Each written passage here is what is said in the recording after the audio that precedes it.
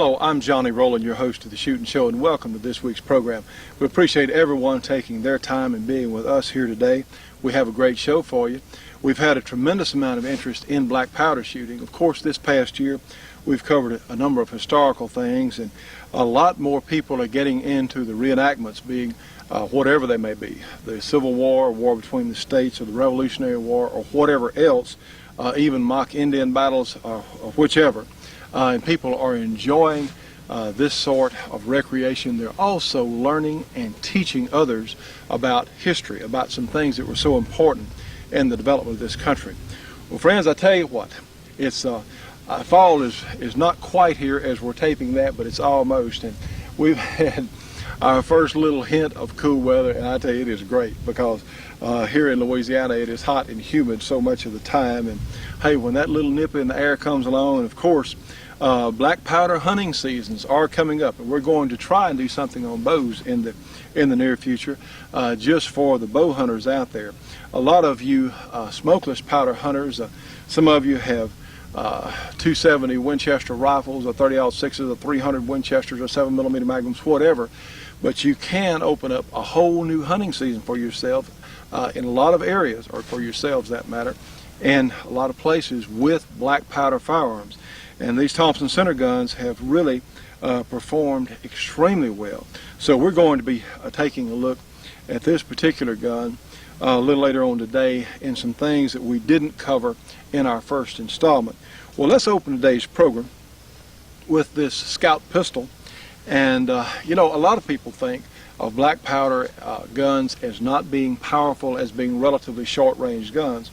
Well, with these modern guns like this Thompson center gun, that is just simply not the case. They will definitely reach way out there with proper sights and with practice, and when you understand what your load is. You know, black powder is very, very consistent in its burn rate. It gives very, very consistent pressures. So let's open today's program. Down here at 100 yards, we have our steel disc in place out there. So let's do that right now.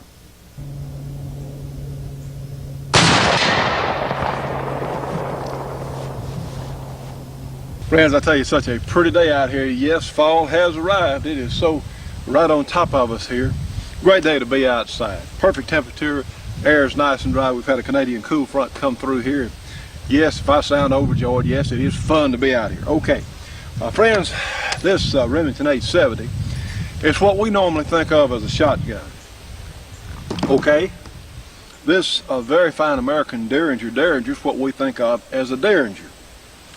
But we have a gun that the good folks at Britton's have loaned us this week, and this is sort of a shotgun Derringer. And this is made by, and I'm guessing here it's got several things on it, FMJ in Ducktown, Tennessee. It has Cobra on the side, and these little Derringer shotguns are starting to show up in a lot of different places. And as you can see, in comparison to the regular Derringer that a lot of us are familiar with in whatever calendar, the standard Remington pattern Derringer, it's a little bit bigger, but it has very similar characteristics, except it is a double barrel, like a double barrel shotgun, versus an over and under, which the typical Derringer is. I was in the barber shop the other day, and one of the barbers in there had one of these guns, and he asked me, well, is it any good? I said, I really don't know. I've never really examined one, and Britton's got hold of one this past week, so we thought we'd give it a little road test. These guns are typically inexpensive. They're priced well under $100 of where I've seen them on sale. It is somewhat of a, let's just say it's not a very refined package, but in our experience in shooting it the last several days, it has been functional. And for a gun like this, and we'll take a closer look at how it works in just a moment, but I'm not sure that I would want to place my personal security in any firearm that would cost less than $100, that wasn't a used Smith & Wesson revolver or something like that, or I just don't know what the durability of these guns is. However, this gun would have some very useful purposes. It could be a gun that you could keep, say, if you have a truck that you go in the outdoors with, go out in the field with. I think it would be a good a gun for snake medicine. It has pretty good velocity. It will shoot the .45 Colt and also the .410 shotgun shell. Like I said, I was sort of impressed with the velocities with the standard .45 Colt loading. It ran about 700 or so feet per second, just right at it. And it looks to have about a 4-inch total barrel here. It's made just like what we're seeing in double barrel shotguns for many years. Again, I thought velocity was good. I don't know if I would shoot the plus P loadings, or I would not under any circumstance shoot a warm hand load for the .45 Colt, but as long as you're shooting standard factory pressures for the .45 Colt, which is essentially a black powder equivalent, it would probably be all right. It is not fancy, but like I said, it was definitely functional. Well, let's take a closer look at it. Now friends, here we have sort of a non-glare finish, and yes, we are out in direct sunlight and it's going to glare a little bit anyway, but here's how you take it down. This little button on, which goes through both sides, in fact, pull back and the barrels break down just like what we're used to on a double barrel shotgun. Of course, it closes here. Now then, it has a push safety, which is right here in fact, and you pull the hammer back a little bit and you push the safety. It does work. There it is, and it's very positive, seems very positive. So we'll push it off here. Now then, you have a barrel selector here on the hammer. To fire the left barrel, you'll push the selector to the right, and to fire the right barrel, you push the selector to the left. And like I say, I don't know very much about this company. I know they've been around for a long time. I don't know how durable the gun is, but like I said, it has been functional for us. I'll tell you what, we've got our facsimile. I'll call it a facsimile of a snake out here. And really, that's what these guns would primarily, I think, be used for. Be for anti-snake guns. Now, it could be used in personal defense. In a pinch, it certainly could be. And if that's all I had, I certainly would not feel unarmed. Okay, well, here we have a triple-aught buckshot .410 load for the American Derringer. And here's regular a skeet load for the .410. So first of all, let's see, get it locked in place real good. We've got our safety off. Now then, let's just see where that buckshot will go out of the right barrel. So we'll change our barrel selector here to make it go the right barrel. We'll push it over here to the left, and let's see what that buckshot does. Has a little recoil, and you can see actually we hit the snake almost 2 times. We hit it once, and you see it has a rather large dispersal there. But let's try our bird shot. And again, when we cock it, I'm going to change the selector switch here on the hammer and push it over to the right for our left barrel. Let's see what it does to the snake out here, because again, that's going to be the primary purpose on a lot of these owners that have these things. Yes, in fact, now let's go up and take a look at what, and we're out here at about 5 yards. Now see, it worked on the snake pretty well. I'd say that's pretty good snake medicine if you ask me. You got a lot of little bitty holes there, and I was aiming pretty much dead center of our snake drawing there. You'll notice the teeth on the old snake. He's grinning at us there, but he wouldn't be real happy right now after he'd been shot with this Cobra little double barrel shotgun Derringer. Now then, friends, to show you a little something here about unloading the gun, it does not have an extractor or ejector, but what it does have, there's little grooves here machined in the back of the barrels there, and you can reach in with your fingernails and pull out the empty hull. Or, in fact, if you know it's, of course, shot, and you can tell, if you know you shot the gun, you could punch the empties out with a nail or a stick or something, whatever, a pencil, whatever you had handy. So, again, for the price range we're talking about, it's certainly interesting. This is it, the product that all gun collectors, hunters, and enthusiasts have been waiting for. It's Sweet Shooter. This amazing space-age product protects your valuable guns and knives. No more rusting, no more corroding, no more time-consuming cleanups, no more fouling. Recommended by the North American Hunting Club and Murray State College, Sweet Shooter provides greater accuracy, higher velocity, longer life, smoother action. You don't want to be without the protection only Sweet Shooter can give you. Like nothing else on the market today, it solves all your gun care problems. Only $19.95. So grab your credit card and call today. Sweet Shooter! Friends, this is another gun that we thought we'd show you. There's so many different things out there. And you know, someone asked me the other day, well, Johnny, why do you show so many handguns on the shooting show? And my reply was, you know, handguns are what is taking the brunt of criticism. This is an easy target for the anti-gun people, and we want to show just how useful some of these handguns are, which certainly just wanting to own one, if you're a law-abiding, decent American citizen, is a good enough reason, as far as I'm concerned, to have one. But this is something that, again, we thought we would show you. A lot of people are going in the woods. Squirrel season is going to be starting up pretty quick. This would be an excellent choice from what we're seeing for an anti-snake gun, because really that's what most of us are going to be concerned with. In a pinch, it would do as a personal defense gun with the 410 buckshot or the 410 shot load there, because you do have pretty good dispersal if it's very close. So again, this is, I don't know just how durable, don't know much about these things, but this one has certainly been functional. Not fancy, but hey, works. Don't go away. The Shootin' Show will be right back after these very important messages. Tri-tote's real easy to use because all you have is a hook on your waist and you have another hook on a strap. Okay, so all you do is you're hanging your gun up like you would on a peg gun rack. There is never anything attached to your equipment when you use the tri-tote. Okay, you just set the gun with one hook behind the trigger guard and the other hook on the barrel. To use it, you just push in on towards your chest, pick the gun up to shoot it. Basically, you got 7 different positions anywhere you want to range the barrel of the gun by just taking it off. It's a piece of Velcro strap onto a Velcro shoulder pad. You just put the gun into it, pick it up and shoot it any way you want. I know a lot of people like to walk around with their gun over their wrist. In this position, tucked up under your arm, it's real comfortable, except it breaks your wrist. Set the gun with the hook in front of the trigger guard, and you got the same position, except your hands free always.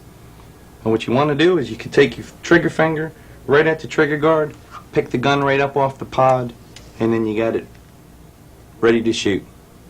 Okay? The other position that you have is when you set the butt of the gun right on the hook on the side, and you can just hold your gun for field shooting in this manner, or you can just rest it back on your shoulder, shrug your shoulder, hit the gun, catch it, and the gun comes up. It's that simple to use. A lot of people like to go out riding on their four-wheeler and their ATV or climb into their deer stand or drag their deer. You got a securing strap that just peels back. All you do is set it on the barrel of the gun, wrap the barrel up, and you have a little securing loop down here on the pod. Okay? You take that and you secure that right over the hook of the gun, so you're securing the top and the bottom. You can ride your four-wheeler, you can climb your tree stand in this manner. If you'd like to pull out your deer, you can open your waist belt up, drop your right hand down through your straps, bring your left hand back up through it. The gun immediately goes on your back. Buckle it up, take away any of that slack. You don't want that. Just readjust it. Pull it up tight on your back, and that's the most secure back carry you'll ever have. You can drag your deer out any way you want to drag your deer out. Climb your hands, use your binoculars. You're always hands-free with the tri-tote. Now, friends, due to the success and tremendous sales of the tri-tote, they've been able to increase their production and get the price down. Now, for our Shootin' Show audience, they're $29.95 plus $6.50 shipping and handling. Give them a call, 1-800-231-1443. Again, 1-800-231-1443. Everyone that carries any sort of firearm or fishing rod or whatever in the woods, this is really a great thing everybody ought to have. Shootin' Show will be right back after this break for your local cable company or TV station.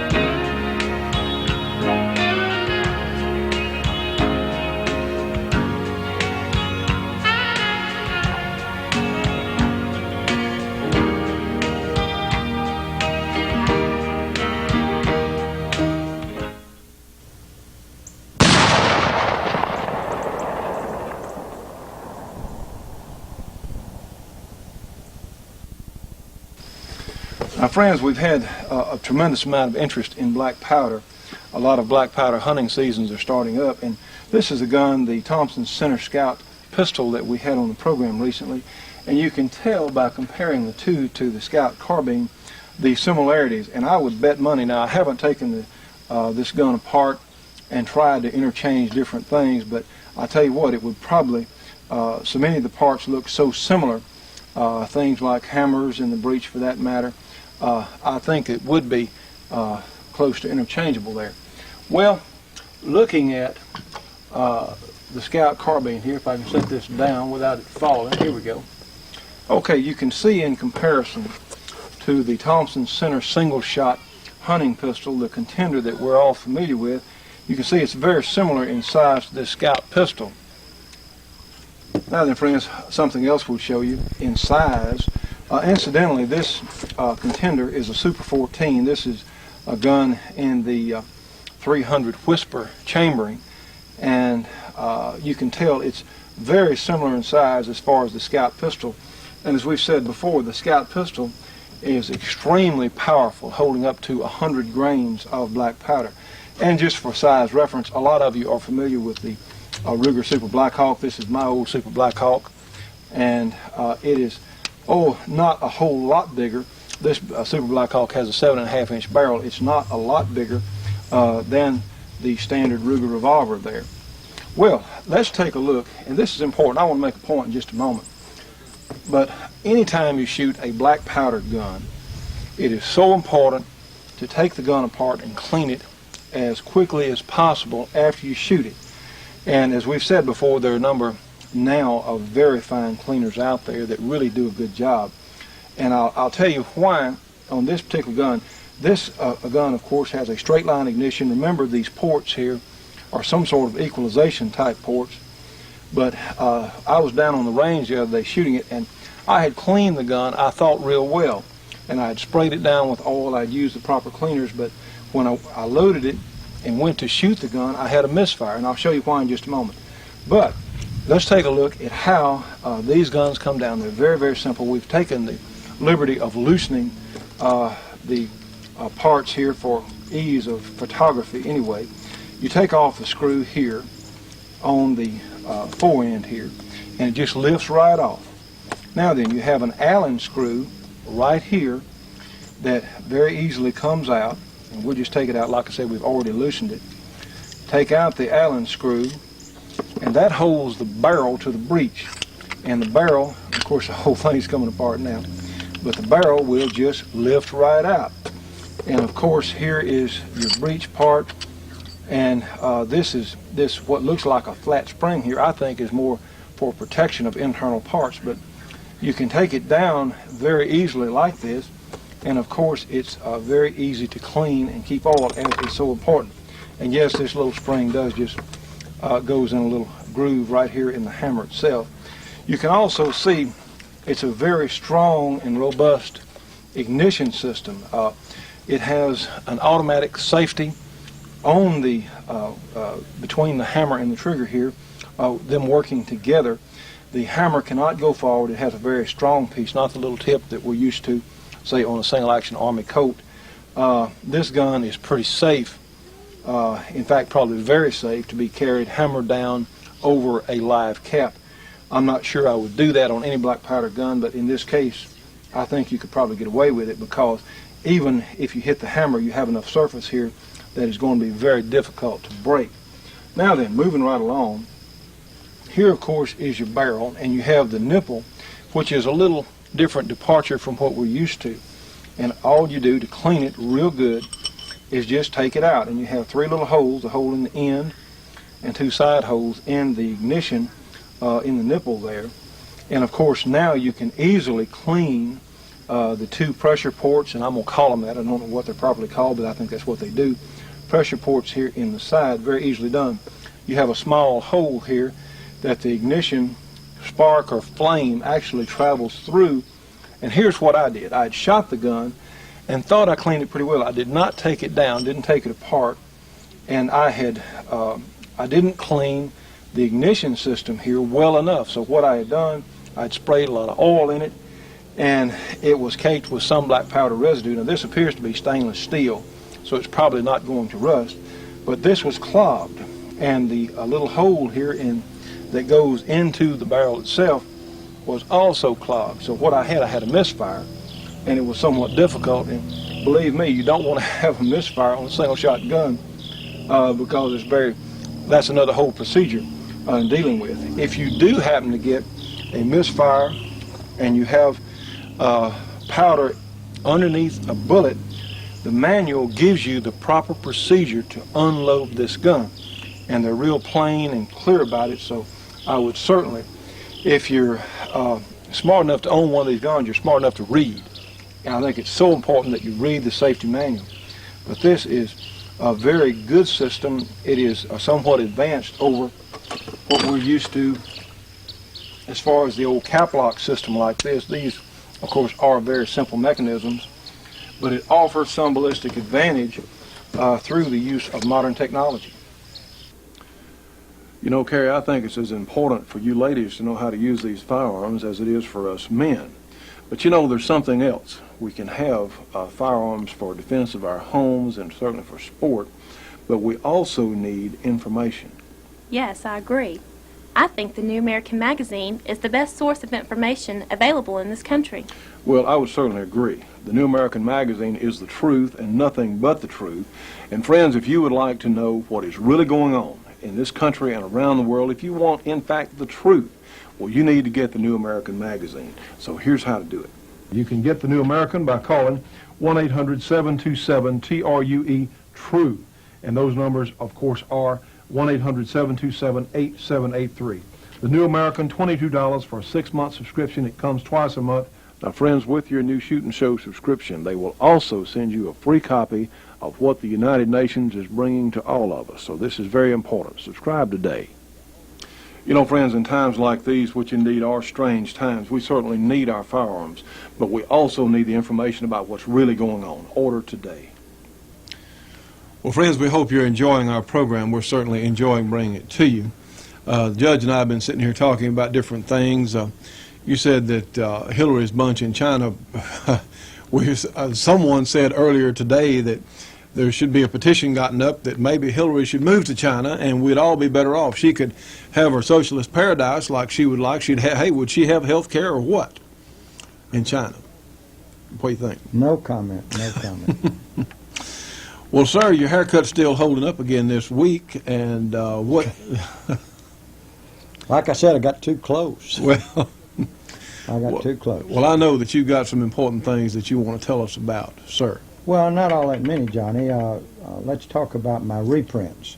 People have written in for reprints, and as of yesterday afternoon at 4:30, that's the time post office closes, we had gotten off copies to everybody that has written in. So if you still want some, I still have a few.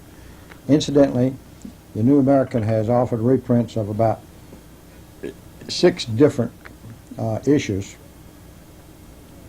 each of which look very significant. I may order a mixed group of reprints. If other people might be interested in those things, let us know when you write to us. And incidentally, to write for the New American reprint, this particular one, of course, that we've had the most interest in has been dealing with the bombing in Oklahoma City. So our address is, and get a pencil, this is very important, and we'll flash this on the screen. You can send it to the judge for the reprint.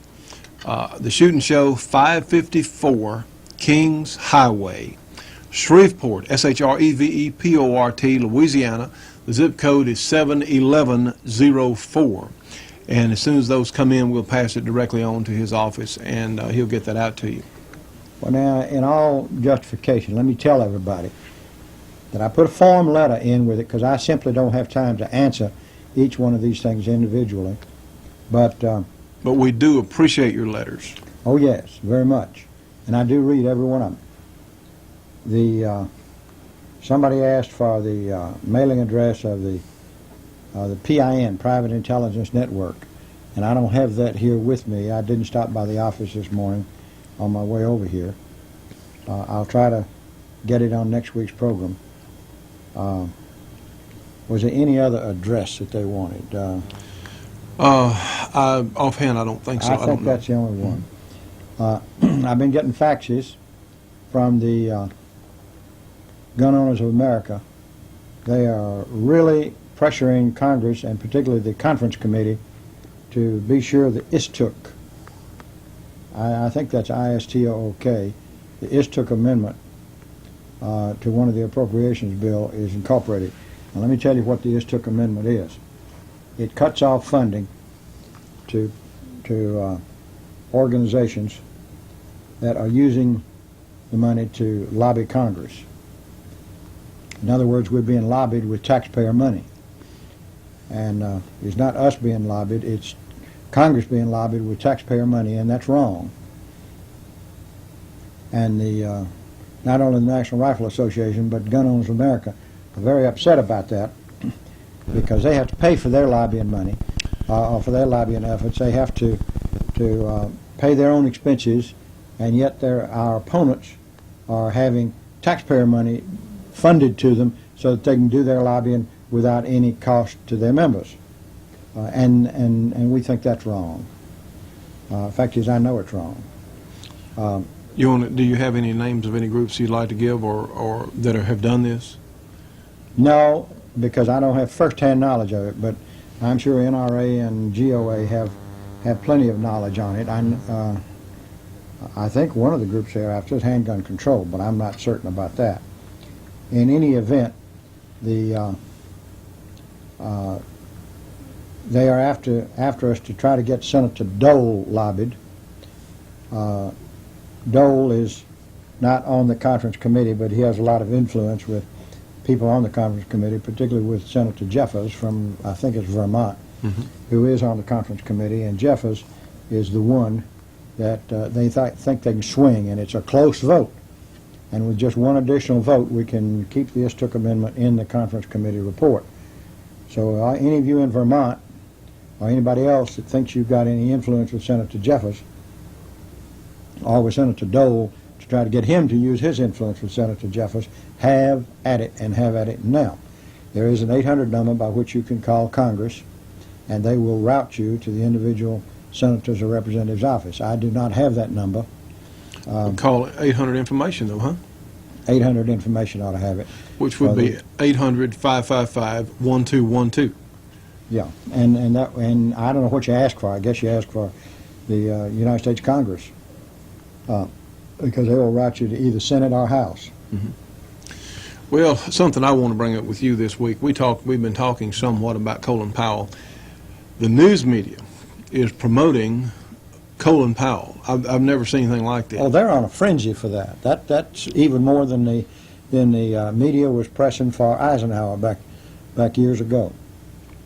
Well, one, he talks like a liberal Democrat, but yet he can't run as a liberal Democrat because the Democrats, of course, have Bill Clinton. So it looks like they're going to try and make the Republican Party accept this man. Is that your feeling? The push is on for that? I think the push is on for that, but the push is on for it in the way that threatens an independent candidacy. The Democrats are not going to nominate him.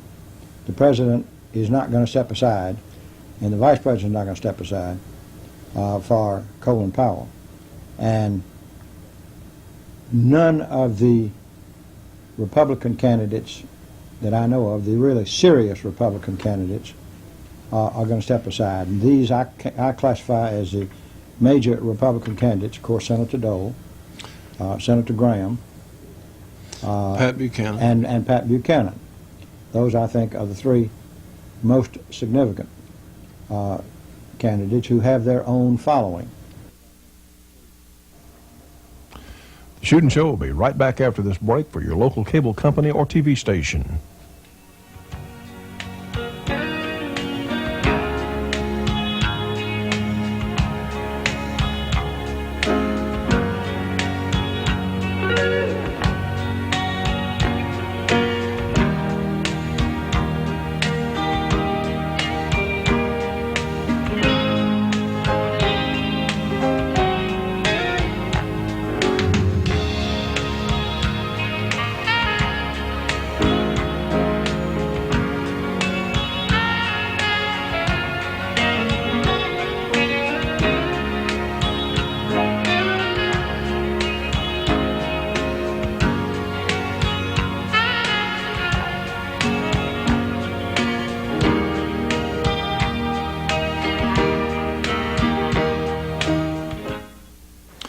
You know, friends, this box of Corbin ammunition and this Wesson 41 Magnum are in fact a perfect match for each other.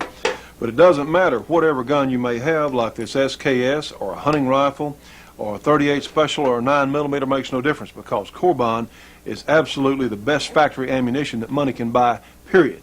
And also, friends, when you see a box of Corbin on the shelf or you give them a call, realize that Corbin is helping keep the Shootin' Show on the air. They've been one of our most dedicated sponsors.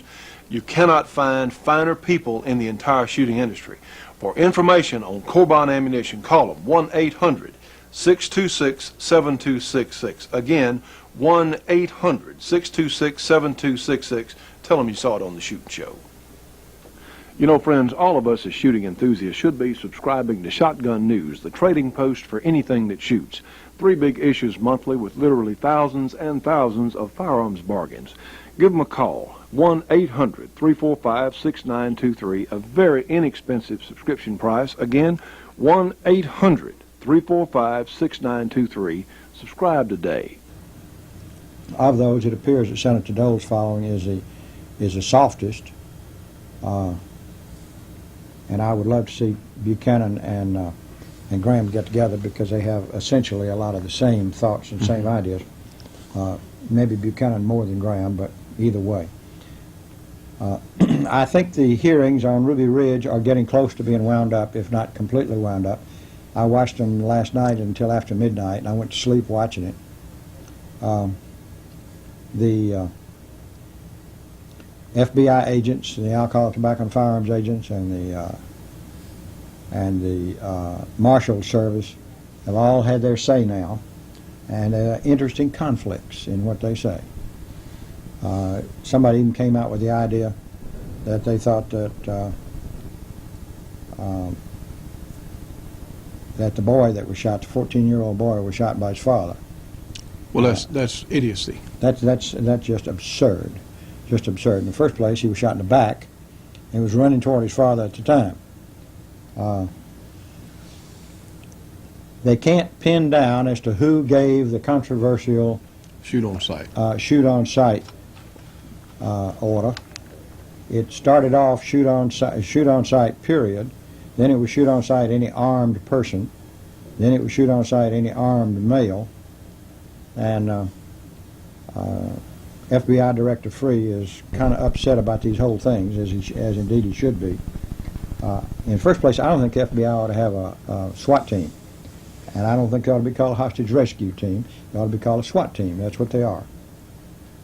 But nobody admits to issuing that order or okaying that order. What I want to know is this. In Idaho, it is perfectly valid under Idaho law, and there hadn't been any federal law saying you can't do it, for a person to be armed. Concealed, perhaps a license required, but these permits are issued more or less routinely. But if you carry your arms in the open, it's perfectly valid. Now that is a legal and constitutional right. And that shoot on sight of any armed person means that you have an instruction to shoot people on sight who are exercising their constitutional rights. And it's just one step from that to shoot on sight anybody that's exercising the right of free speech, freedom of religion, freedom of the press, or whatever other freedoms that are guaranteed in the Constitution. Constitution and are the laws of the various states. This is constitutional amendment and statutory enactment simply by fiat, and that is W-R-O-N-G, wrong. 5 of the FBI agents have taken the Fifth Amendment, including the one who shot Vicki Weaver. Vicki Weaver. And Well, now, isn't that interesting? They're taking the Fifth Amendment and a lot of conflicting stories. And, you know, friends, this is a perfect example of why all the power shouldn't be invested in the federal government. Because the federal government they're just other people. And a lot of times these other people did not get their jobs because they were better qualified or they were smarter. Maybe they had seniority. Maybe they were some sort of affirmative action program on why they have their job. Not because they deserve to have their job. Maybe it was some kind of deal. Maybe, and we shouldn't have all the power resting with people from the federal government, because they're just other people, subject to the same maladies, to the same things that the rest of us are. In fact, a lot of these people, as we're seeing now, cannot be depended upon to function reliably, can't be depended upon to tell the truth. We're seeing that, aren't we? Well, we're seeing conflicts in stories, and now it means somebody's lying. At least it seems to me that when two people talking about the same thing and telling different stories, that borders on prevarication. Perhaps not, but I'm inclined to believe that it does. I'm not, as I've said before, Senator Specter is not my favorite senator, but he has certainly done a fine job with these hearings. He's been even-handed on it.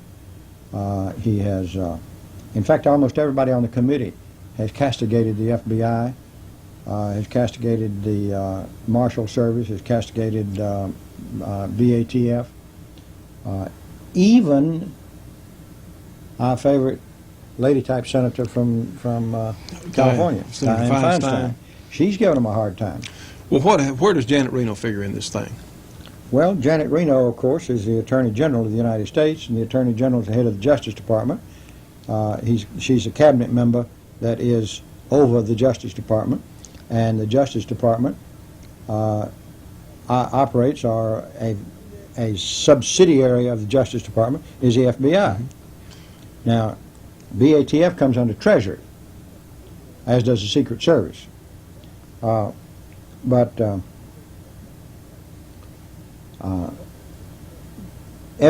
is under Janet Reno. She is the ultimate boss. Incidentally, I saw an article in Gun Week that four FBI agents got a ticket for illegal parking because the only place they could park while Janet Reno was at some sort of a meeting in which she was given an address. Apparently they were her personal bodyguards, the FBI. Now, I didn't know that Janet Reno rated personal bodyguards. I understand the president, I understand the vice president. Well, you know, Judge, she is so unpopular, and a lot of people feel like she's at the bottom of a lot of this, is certainly responsible for some of these terrible things that have happened, and maybe they're afraid for her personal safety. I don't know. Well, I don't know either. I just don't think that, I don't think she's entitled to bodyguards anymore than I'm entitled to bodyguards. As far as I'm concerned, I'm just as important as she is. I'm certainly as important to myself and to my family. If you can't stand the heat, get out of the kitchen. That was one of Harry Truman's favorite saying. Well, you know, speaking of bodyguards, friends, that's exactly why we have these, because everybody cannot have or certainly afford a bodyguard, and that's why we believe in personal security, self-armament, because there's But be careful around the FBI, and especially around Ruby Ridge. Well, that's true too. Well, it's a terrible thing that has. What do you think's going to come out of this? You think anybody's going to go to jail? Anybody's going to be tried for? I don't know if the district attorney in Boundary County is going to come up with an indictment on any of these FBI officials, any of the FBI agents. They should. At least that's my opinion, that they should. But I don't know. I understand Boundary County is a small county. That is not all that many people. They are not a rich county. That is, they don't have a lot of extra money, and it would cost a whole lot to have a lengthy trial up there. Now, you know, they talk about the cost of lengthy trials. I never have understood that, because the courtroom is there, and is going to be there whether they have a trial or not. The judge is there, and is going to be there whether he's got a trial or not. The marshals or the sheriffs or whoever, they're there, and they're going to be there whether they've got a trial going on or not. The only people that might possibly make a difference in the overhead of the county is what you've got to pay the jurors. And you know how much you pay the jurors? How much? I don't know. About $12 a day. So we're not talking about vast sums here. Now, I don't know what it is in Idaho, but in most places, jurors don't get paid very much. And if you have to sequester the jury, that is, you have to put them away at night so they can't talk to outsiders and so forth, that would be another thing, because they'd have motel bills and hotel bills and food and so forth. But if you let a jury go home at night, then you've got about $12 a day. And with 12 jurors, that's $144 a day. And if a trial took 100 days, that's only $12,400. For something as important as what we're talking about, that would be a small sum for what we're talking about. $14,400. Yeah. I knew Well, I'd done that wrong. You know, he did used to teach mathematics, yes. Well, I'm very hopeful that something positive will come out of this. And, you know, Judge, you shouldn't be able to kill people and just get smooth away with it. Whether you're a federal agent or state agent or anybody else. So let's certainly don't let this happen. Well, friends, I want to tell you what our response has been from our health club all around the country. People have experienced such great results. They're feeling better, they're doing better, and as I've said so many times, life looks different if you feel good, if you have energy, if you have that vitality. And so many of us are not getting the proper nutrients out of the foods we eat. This certainly helps our program by you getting involved with our health club, but more than that, it's going to help you. The problem we're having, the response has been so great, we're a little bit back ordered on some stuff, but they're filling those orders as fast as they can, so please bear with us. If you haven't received your order and it's been a week or so, well, just bear with us because we're doing that as fast as is humanly possible. And the company has upped production on several occasions, and they're upping it again so they can keep pace with the demand for these wonderful products. Friends, let me remind you, if you would like to get involved, if you would like to make some extra money, this is a wonderful opportunity. Please, when you call us, let us know on our 800 number, let us know that you're interested in the business opportunity. But all you have to do is call our 800 number, 800-895-7916, and give us your name, address, and telephone number. Someone will get back to you as fast as we possibly can. You know, we do have a very small staff, but we are somehow managing to keep up. So this is something that will be good for everyone. Like I said, it's good for the show, but mostly for you, so do it for yourself. This is it, the product that all gun collectors, hunters, and enthusiasts have been waiting for. It's Sweet Shooter. This amazing space-age product protects your valuable guns and knives. No more rusting, no more corroding, no more time-consuming cleanups, no more fouling. Recommended by the North American Hunting Club and Murray State College, Sweet Shooter provides greater accuracy, higher velocity, longer life, smoother action. You don't want to be without the protection only Sweet Shooter can give you. Like nothing else on the market today, it solves all your gun care problems. Only $19.95. So grab your credit card and call today. Sweet Shooter! The Shootin' Show will be right back after this break for your local cable company or TV station.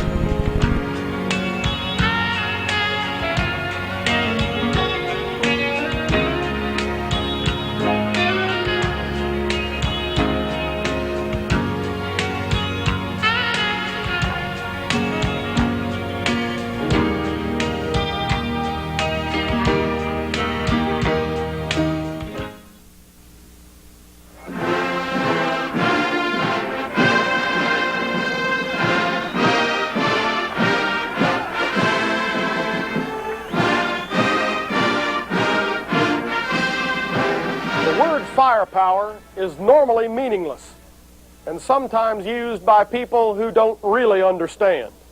In fact, firepower consists of three separate and distinct components: volume of fire, combat range, and terminal effect. The history of small arms technology is the history of developments and advances in the three components. Since any weapon gains in one component at the expense of another, it also concerns the design trade-offs involved, how these trade-offs were incorporated into tactical doctrine, and how they affected the outcome of battle. Volume of fire is the number of rounds that a well-trained operator or crew can efficiently and accurately fire in 1 minute. This includes sustaining the fire for some period of time and putting the rounds on target. In a manually operated weapon, the soldier is the primary limiting factor in volume of fire.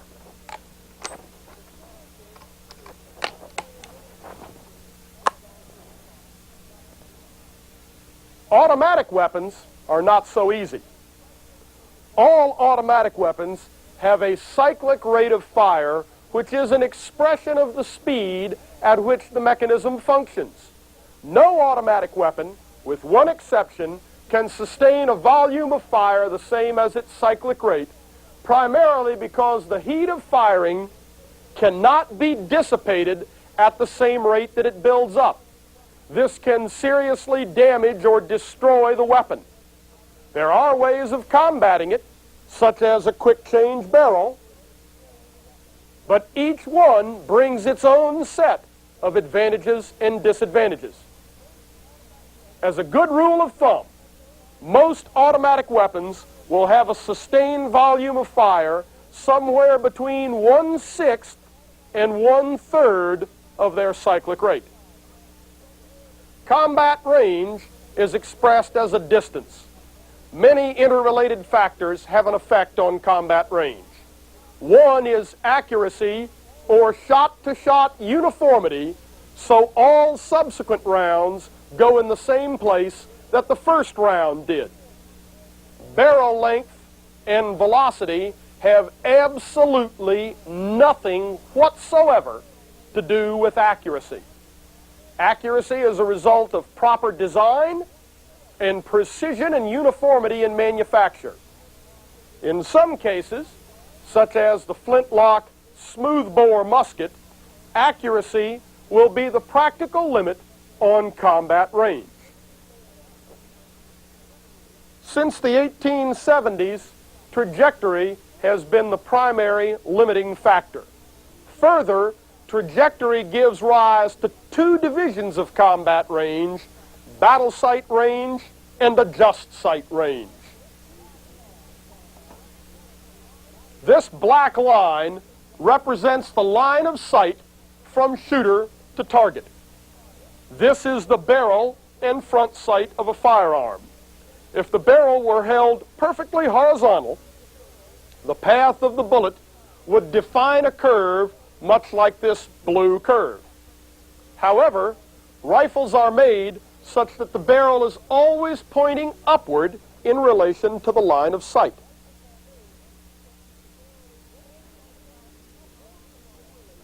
The bullet starts out below the line of sight, travels upward and crosses the line of sight on the ascending branch of the trajectory. It passes through the maximum ordinate and then drops down on the descending branch, crossing back over the line of sight and falling away below it. In all cases, we want to aim between the breast pockets of the enemy and strike him no higher than the throat nor lower than the belt buckle. That sight setting, or angle of the barrel pointing upwards, such that the maximum ordinate is never higher above the line of sight than the difference between the breast pockets and the throat, nor the descending branch no further below the line of sight than the distance from between the breast pockets to the belt buckle, is the battle sight. And this point is the battle sight range. Within this range, the shooter need not estimate the range to the target nor adjust his sights. He simply aims between the breast pockets of his enemy, discharges the weapon without disturbing the alignment of the sights, and kills him. Battle sight range. For any target beyond this battle sight range, the shooter must adjust his sights. He estimates the range to the target and sets that range on his sights. By so doing, he is changing the angle of the barrel and the positioning of the trajectory curve in relation to the line of sight.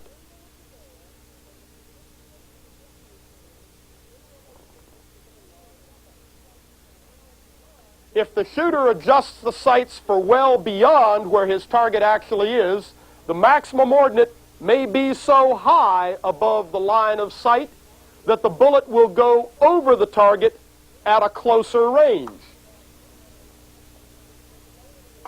Conversely, if the adjustment is well short of the actual range to the target,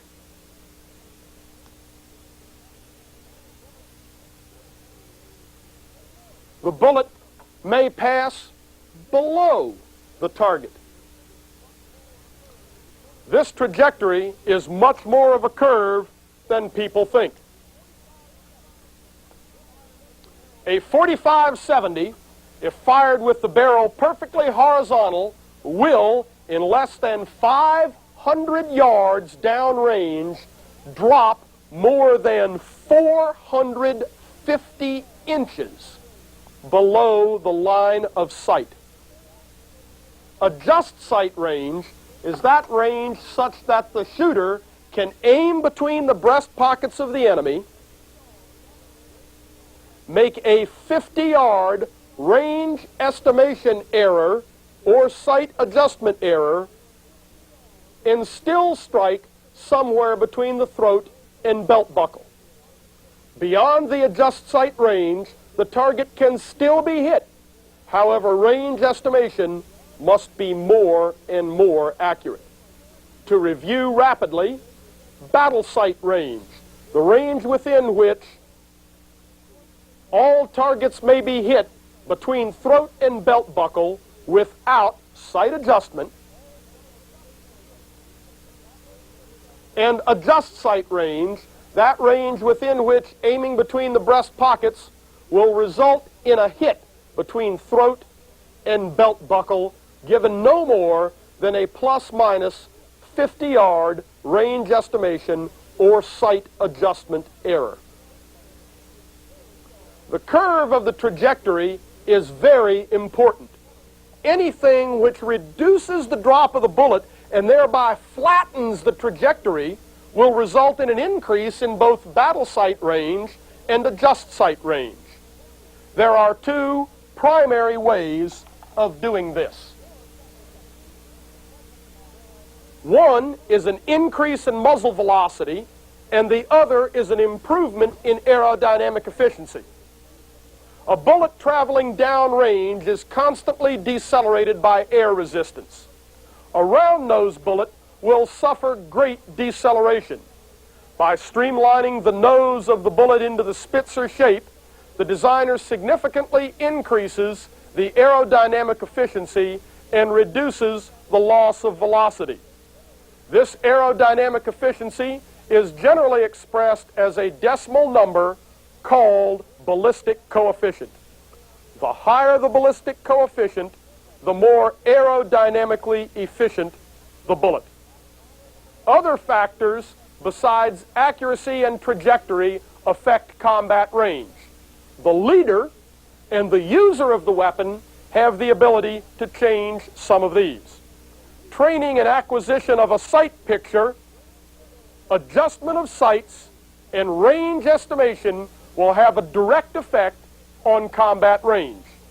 If the shooter can hold a small error in range estimation and sight adjustment, or is trained to spot the fall of his rounds on the ground and use that as a basis for further estimation and adjustment, the adjust sight range will be increased. Before we leave combat range, one other point must be made. It is not uncommon to find sights graduated to 2,000 yards for weapons which have a 400 or 500 yard adjust sight range. The numerical graduations on the rear sight are no indicator whatsoever of either battle sight or adjust sight range. About the only exception to this is the British Army in the period 1905 to 1914. They were amongst the finest military marksmen and could use their weapons out to the limit of possible sight adjustments. The most important of the three components of firepower is terminal effect. Terminal effect concerns the destruction of a target given a hit on that target. This will be covered in greater detail in another tape. I urge you to keep the components of firepower constantly in mind. They are necessary for tracing the development of small arms. Further, every weapon cartridge combination has a unique blend of the three components of firepower. This blend gives it certain advantages and disadvantages in relation to any other weapon. In no small measure, the tactical outcome of battle has been decided by the advantages and disadvantages of one nation's weapons against another, the leader's understanding of what those advantages and disadvantages were, and how to make them work for him. In future tapes, combat range and volume of fire will be shown on a standardized chart format such as this. The blue bar indicates the battle sight range, while the orange bar is the extension for a just sight range. The volume of fire will be given as a number. In all cases, these are based upon a test and analysis of the weapons involved, tempered with the best historical evidence available. Your impression of the weapon should be taken both from the range film and from the chart. The two must be used together in order to evaluate the weapon. The combat range volume of fire chart has been reduced to a tabular format. A copy will be issued you with the playing of this tape. Lastly, we are not putting on a uniform show. All uniforms will be the standard BDU, and appropriate safety gear will be used. In most cases, the ammunition will be laid out beside the shooter. This is not a warping of history. Contemporary shooters were issued the proper accoutrements